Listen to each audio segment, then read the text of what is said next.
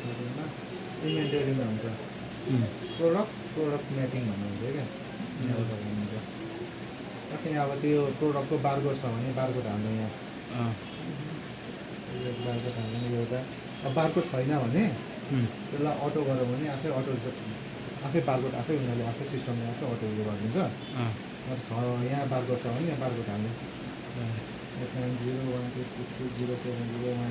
हाल्नु अनि नाम लेख्ने प्रोडक्टको नाम के राख्ने जो नामको त्यही नम्बर हाल्यो अनि माथिको सामान छ भने एसएनडिसी हुन्छ तलको ग्रोसरीहरूको आइटम त्यस्तो आइटमहरू छ छिटो जाने आइटमहरू छ भने एफएमडिसी हुन्छ फास्ट मुभिङ क्याटेगोरी अनि स्लो मुभिङ क्याटेगोरी के भन्छ क्या के गरेको छ कि प्रायः हामीले एफएमसिजी नै गर्छौँ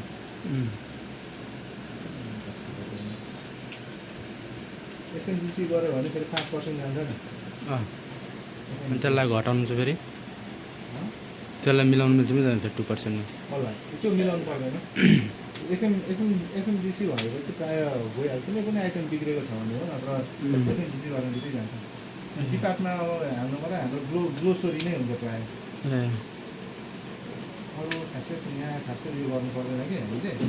ग्रोसरीकै आइटम मात्रै हुन्छ कि जिएमडी भइहाल्यो सब क्लासमा अब के उयो छ आइटम चक्लेट छ भने चक्लेट एन्ड क्यान्डी छ चक्लेट सिरप छ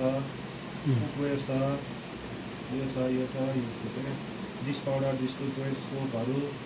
ड्राई फ्रुट एग ड्राई मिटहरू यस्तोहरू छ फ्रोजन आइटमहरू गर्ने सब क्लासमा अब जे उयो क्लासहरू सब क्लास छानिहाल्छ आफै कोड हाल्नु परेन यो पर्सनलाइज हालेपछि कोड आफै आउँछ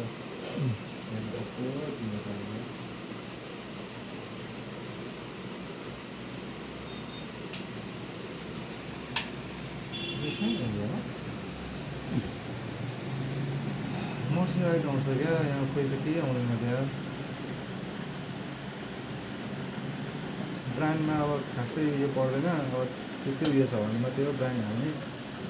हुन्छ यति नै ब्रान्ड खासै हाल्नु पर्दैन अमुलको आइटम आयो भने अमुल हालिदिनु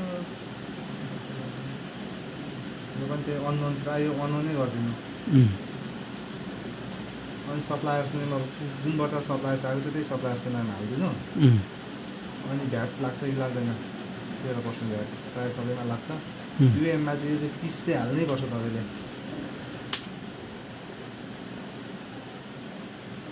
अनि सिपी भ्याट छ सिपी विदाउट भ्याट छ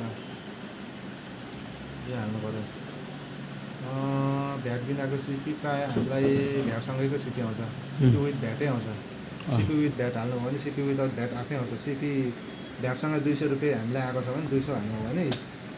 विदाउट सिपी विदाउट भ्याट त हाल्दैछ सिपी विथ भ्याट हाल्नु भने क्या हामीलाईसँग भ्याटसँगै आएको हुन्छ नि त 200 रुपियाँ हाल्नु भने विदाउट भ्याट आइहाल्छ आफै मार्जिन कति पर्सेन्ट राख्ने 10% 20% त्यही अनुसारले 10% मार्जिन राख्नु भने 220 रुपियाँ हो 12% राख्ने हो भने 12% राख्ने हो भने 240 रुपियाँ हो कुन चाहिँ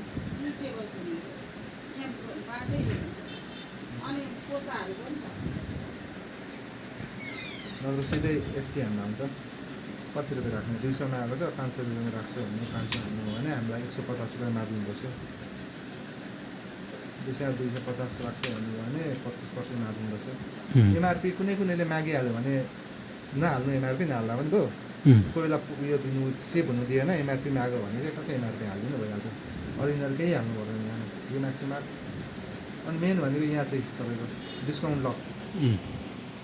यो गर्नु हो भने त्यसमा डिस्काउन्ट जानु सक्छ अरू चाहिँ मलाई पनि थाहा छैन त्यस्तो आइटम चाहिँ मलाई पनि थाहा छैन यिनीहरू चाहिँ डिस्काउन्ट लक यो हो टक्कै यो गरेर जान्छ सेभ गरिदियो भने टक्कै सेभ भइहाल्छ त्यो प्रडक्ट अनि तपाईँले यसरी गर्दा होला क्या हेर्दा अब कुन मर्चेन्डाइजमा हाल्ने होइन कुन एलओबीमा केमा हाल्ने छ भने टक्कै त्यस्तै आइटमको अर्को रिपोर्ट हेर्नु क्या तपाईँले आइसक्रिम गर्दै हुनुहुन्छ नि अब आइसक्रिम कुन मर्चेन्डाइजमा छ तपाईँलाई थाहा भएन भने रिपोर्टमा जाने टक्कै भ्यालीको के आइसक्रिम भ्यालीको आइसक्रिम आउँछ भेडीलाल हो भेडीलालको चलेकै छैन अजब भएको रोयल सर 500 रुपियाँ दिनु नि 500 को माथि गरिरहेछ नि त्यही भएर त ओभर 500 भेट पनि गर्छ 20 कामीसम्म चाहिँ तपाईँ पनि माथि जानु अरे साइन छैन अरे तपाईँकोमा गएर गर्दै आउनु उतैबाट दिइराख न अहिले पुरा उयो भन्नुहोस् हो के हो तिम्रोबाट दिइराख न अहिले यहाँ आर्टिकल नम्बर हाल्यो र बारकोड हाल्यो अब यो आयो नि यो अलरेडी बनिसकेको हो यसलाई यहाँ क्लिक गरेर डिटेल हेर्नु क्या एडिट गर्नु कि ओके थाहा भइहाल्छ यो भेडीला आइसक्रिम रहेछ एफएमसिजीमा हालेको रहेछ लो सेरेन डेलिभरीमा हालेको रहेछ क्लास आइसक्रिम रहेछ सब क्लास आइसक्रिम मर्चेन्डाइज कोड आफै भइहाल्छ मर्चेन्डाइज पनि आइसक्रिममा हालेको रहेछ ब्रान्ड भेडीलाल रहेछ थाहा भइहाल्छ अनि यो सप्लायर जस्तो थाहा भइहाल्यो तपाईँलाई अनि त्यो अलिक पिस भनेपछि याद गर्नु त्यति 13% हालेको रहेछ अनि थाहा भइहाल्छ सबै यो हेर्ने अनि नयाँ बनाउँदा पनि भइहाल्छ सजिलोको लागि